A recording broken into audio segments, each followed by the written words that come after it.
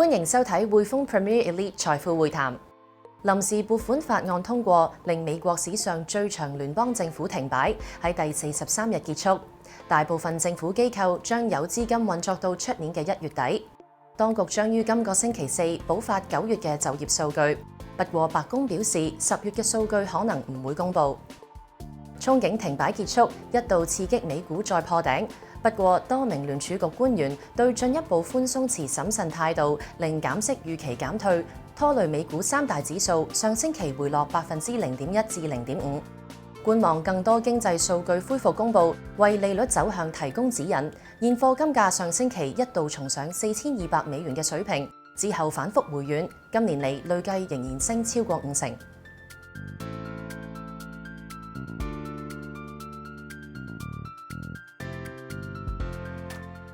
過去2年金價持續急升，單計今年第3季，黃金更加係主要金融資產當中表現第2好，僅次於白銀，升勢能唔能夠持續呢？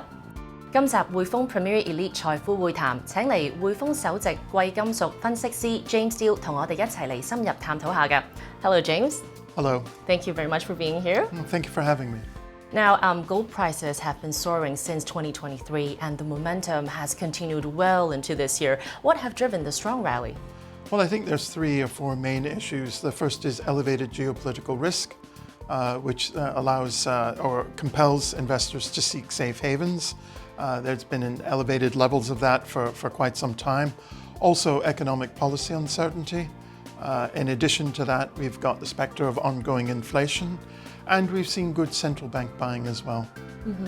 Now, obviously, you've mentioned a lot of factors. So building on that, how do factors such as geopolitical risk and interest rate trends affect the performance of gold?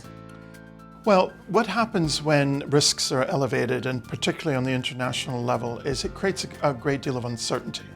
And in the meantime, before the situation can resolve itself, one will tend to go into safe havens such as gold. Now, ironically, interest rates have been real, they've been positive, and generally that weighs on the gold market, but the gold market rally has been so strong that it's obviated the need for that. Now, you've mentioned that gold has long been considered as a safe haven asset.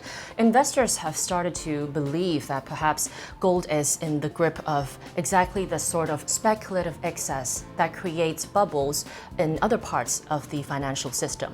Do you think that the role of gold as a safe haven asset has changed in recent years?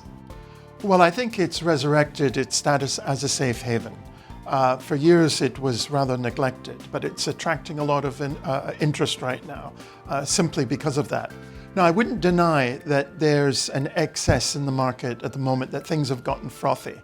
And some of that is because of new entrants coming into the market. And there's been a parabolic move up, which would imply that it'd be greater volatility.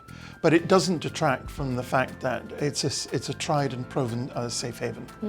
Now, I have a final question. The relationship between the US dollar and gold has historically been inverse, although there are exceptions. Do you think that this trend will likely continue? Well, we're in such an exception now, I think, and you're right. There's a traditional inverse relationship between the two. And if you think about it this way, it's a good reason why the dollar is the world's supreme paper asset and gold is the world's supreme hard asset.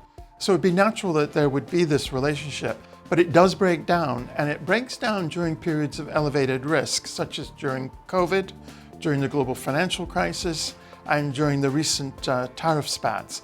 So eventually, we expect the relationship to go back into its traditional era. But it's always a sign of elevated risk and a sign of the need for greater safe havens. 好，今集我哋先傾到呢度。Thank you so much, James. Thank you.